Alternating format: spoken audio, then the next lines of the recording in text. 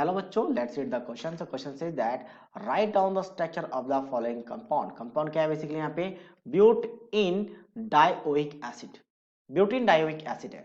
तो नेम कैसे लिखा जाता है? नेम लिखा जाता है सबसे पहले आपके पास सब प्रीफिक्स या प्रीफिक्सेस जो कि आज मेन चेन में नहीं होते, सब्स्टिट्यूएंट्स होते हैं, उनको लिखा जाता है।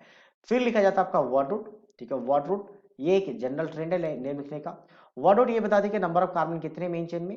फिर लिखा जाता है आपके पास सफिक्स प्राइमरी जो आपके पास होता है एन, इन या आइन। इससे ये पता चलता है कि कार्बन कार्बन बीच में सिंगल बॉन्ड है, डबल बॉन्ड है या ट्रिपल बॉन्ड है, या रिस्पेक्टिवली है। और मेन चेन की बात चल रही है। फिर लिखते हैं सफिक्स सेकेंडरी जो कि होता है फंक्शनल ग्रुप के लिए। तो उल्टा चलेंगे यहाँ पे ओइक एसिड। तो ओइक एसिड बेसिकली यूज होता है कार्बोक्सिलिक एसिड के लिए। तो main functional group carboxylic acid रहेगा।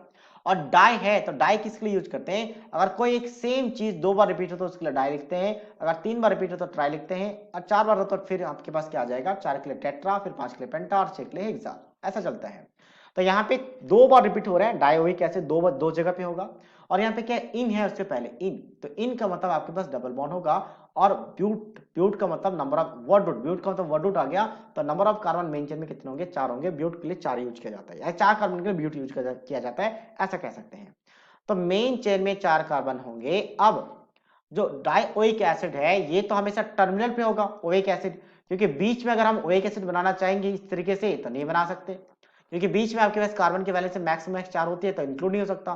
तो मतलब जो दो टर्मिनल्स है उन दोनों टर्मिनल्स से मुझे दो डाइओइक एसिड बनाना पड़ेगा इस तरीके से। और इसलिए इसका काउंटिंग, इसका पोजीशन गिवन नहीं है। अदरवाइज जनरली पोजीशन गिवन होता है, इसलिए पोजीशन गिवन नहीं है क्योंकि यहाँ पे आप क्या करोगे? दो कार्बोक्सिलिक एसिड, तो दो टर्मिनल्स पे मुझे दो carboxylic acid any how put करना पड़ेगा, दूसरा कोई ऑप्शन ही नहीं है। साथ में एक डबल बॉन्ड है, तो डबल बॉन्ड का भी पोजीशन मेंशन नहीं है। क्यों? क्योंकि मेरे पास एक ही ऑप्शन है बस यहाँ पे डबल बॉन्ड रखने का। इसके अलावा आप ना लेफ्ट रख सकते हो ना राइट, क्योंकि कार्बन की मैक्सिमम वैलेंसी चार होती है। तो लेफ्ट रखोगे तो पांच हो जाएगी, राइट रखोगे फिर भी कार्बन की वैलेंसी पांच हो जाएगी। इसलिए मुझे मिडिल में रखना पड़ेगा, 2 3 के बीच में। तो ये हो गया इसका स्ट्रक्चर।